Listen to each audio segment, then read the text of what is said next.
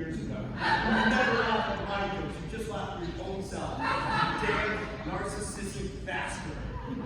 And what do you tell her? That recycling is eco-friendly? Yeah! Yes, I do. I say, let's separate the recycling. Labs and labs. What? Mom, you're funny.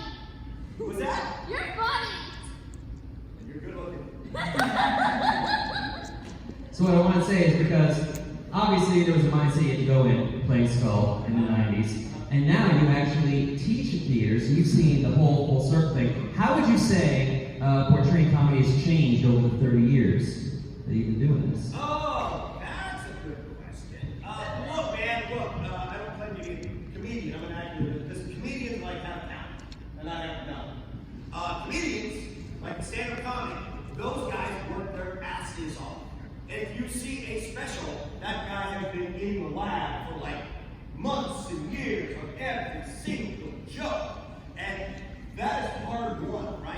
Like, they do not, like, write a joke and everyone goes, No, they get booed, they get heckled on every joke, every choice they make in the writing process.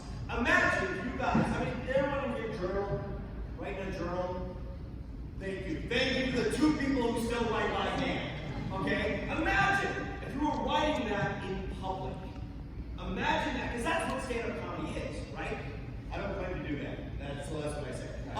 But comedy comes in ebbs and flows, right? Like in the late 70s, like in the 60s, you get your Lenny Bruce's and your Richard Pryors. It's very political. And the fact, before that, you had the my wife jokes, My wife says I want you to take me someplace I've never been before. I said, try the kitchen.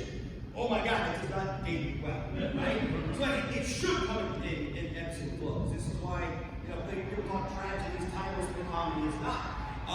But in the 80s, you started doing stuff like, you had Airplane in the late 70s, right? And then you had like Naked Gun, that really comes out in the 80s.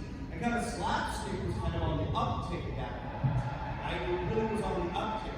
So now it's more kind of like on a level of, now I'm going to sound like an old man, I don't need to. But it's like kind of snarky humor. Or quirky humor. That was awkward. Not really funny. It's humor based on awkwardness, right? And it's kind of like we can't laugh at ourselves. What can we laugh at?